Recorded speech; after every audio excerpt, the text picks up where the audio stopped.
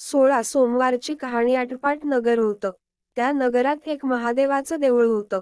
एके दिवशी शिव पार्वती फिरता फिरता त्या देवळात आली. सारी पाट खेळू लागली. डाव कोणी जिंकला असं पार्वतीनं गुरवाला विचारलं. तेव्हा त्यानं शंकराचं नाव सांगितलं. त्यामुळे पार्वतीला राग आला व तू कोणी होशील असा शाप दिला. त्याला असह्य वेदना होऊ लागल्या. पुढे एके दिवशी त्या देवळामध्ये स्वर्गीच्या अप्सरा आल्या. त्यांनी त्या गुरवाला पाहिलं व त्याला कोडाचं कारण विचारलं. गुरवानं गिरिजेचा शाप सांगितला. अप्सरांनी त्याला 16 सोमवारचं व्रत सांगितलं. त्यामुळे तू बरा होशील असं सांगितलं. गुरवानी ते व्रत कसं करावं असं विचारलं. अप्सरांनी सांगितलं, सारा दिवस उपवास करावा, संध्याकाळी आंघोळ करावी, शंकराची पूजा करावी, नंतर अर्धा शेर कणिक घ्यावी, त्यात तूप गूळ घालावं व ते खावं. त्या दिवशी मीठ खाऊ नये. त्याप्रमाणे 16 सोमवार करावे. 17व्या सोमवारी 5 शेर कणिक घ्यावी, त्यात तूप गूळ घालून चुरमा करावा, देवळात न्यावा, भक्तिभावानं शंकरांची षोडशोपचारे पूजा करावी, नंतर चुरम्याचा नैवेद्य दाखवावा. पुढे त्याचे 3 भाग करावे. एक देवाला, दुसरा देवळात ब्राह्मणांना वाटावा किंवा गाईला चारावा, तिसरा भाग आपण घरी घेऊन जाऊन सहकुटुंब भोजन करावं असं सांगून त्या नाहीशा झाल्या. पुढं गुरवानं हे व्रत केलं. गुरव चांगला झाला. पुढं काही दिवसांनी शंकर पार्वती पुन्हा त्या देवळात आली. पार्वतीनं गुरवाला कुष्ठरहित पाहिलं.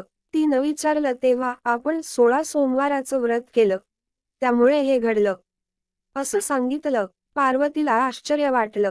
तिनं आपला रागावून गेलेला मुलगा कार्तिकस्वामी परत यावा म्हणून हे व्रत केलं. कार्तिकस्वामी ताबडतोब येऊन भेटला. पार्वतीनं त्याला 16 सोमवारच्या व्रताचा महिमा सांगितला. कार्तिकस्वामीनं हे व्रत केलं. कार्तिकस्वामीला फार दिवस देशांतराला गेलेला मित्र भेटला. कार्तिक स्वामीनं हे व्रत ब्राह्मणाला सांगितलं. मित्रानं लग्नाचा हेतू मनात धरून मोठ्या श्रद्धेनं 16 सोमवारचं व्रत केलं. त्याला त्या व्रताचं फळ मिळालं. राजाच्या हत्तीनं त्याच्या गळ्यात माळ घातली. त्यामुळे राजकन्येशी त्याचा विवाह झाला. पुढे राजकन्येने त्याला विचारलं, मी आपणास कोणत्या पुण्यानं प्राप्त झाले. त्याने तिला 16 सोमवारच्या व्रताचा महिमा सांगितला. तिनं पुत्रप्राप्तीचा हेतू मनात धरून व्रत केलं. तिला सुंदर मुलगा झाला. तो मोठा झाल्यावर त्यानं आईला विचारलं, मी कोणत्या पुण्यात तुला प्राप्त झालो.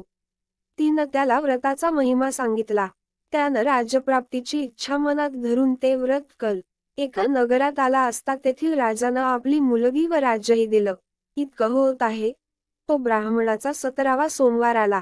ब्राह्मणपुत्र देवळात गेला. घरी बायकोला 5 शेर कणकीचा चुरमा पाठवून दे म्हणून निरोप दिला. राणीला आपला मोठेपणा लक्षात आला. चुरम्याला लोक हसतील म्हणून एका तबकात 500 रुपये भरून पाठवून दिले. चुरमा वेळेवर आला नाही, व्रतभंग झाला म्हणून देवीला राग आला. त्यानं राजाला दृष्टांत दिला. राणीला घरात ठेवशील तर राज्याला मुकशील, दारिद्र्यानं पिडशील. ईश्वराचं दृष्टांत अमान्य केल्यास त्याची अवकृपा होईल हे जाणून तिला नगरातून हाकलून दिलं. पुढं ती दिन झाली. रस्त्यानं जात होती. एका नगरात म्हातारीच्या घरी उतरली. तिनं तिला खाऊ पिऊ घातलं. एके दिवशी तिला चिवट विकायला बाजारात पाठवलं. वाऱ्यानं सारी चिवट उडून गेली. तिनं म्हातारीला सांगितलं. म्हातारीनं अवलक्षणी म्हणून हाकलून दिलं. तिचे जिथं दृष्टी जाईल तिथं वाईट घडत असे. एका गोसाव्याने तिची चौकशी केली. तिनं आपली सारी हकीकत सांगितली. धर्मकन्या मानून तिला घरी नेलं. पण तिथेही असंच अभद्र घडू लागलं. त्यानं तिला व्रत मोडल्याचं पाप आहे हे जाणलं. शंकराची प्रार्थना केली. शंकर प्रसन्न झाले. 16 सोमवाराचं व्रत करण्यास सांगितलं.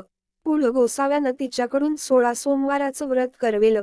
तसा परमेश्वरकोप नाहीसा झाला. तिच्या नवऱ्याला तिच्या भेटीची इच्छा झाली. चोहीकडे दूत पाठवून शोध घेतला. गोसाव्याकडे आले. त्याला साष्टांग नमस्कार केला. वस्त्रे वगैरे देऊन यथोचित सत्कार केला. गोसावी म्हणाला, ही माझी धर्मकन्या. तिला माहेरी ठेवून घेतलं होतं. आपली पत्नी आपण घेऊन जा. सुखानं नांदा. उभयतांनी गोसाव्याला नमस्कार केला. मोठ्या आनंदाने राणीसह नगरात आला. मोठा उत्सव केला. दान दक्षिणा देऊन ब्राह्मणांना संतुष्ट केलं. राणीनं श्रद्धायुक्त अंतःकरणाने मोठ्या भक्तिभावाने 16 सोमवारांचे व्रत केले. राजा राणीची भेट झाली. आनंदाने रामराज्य करू लागली.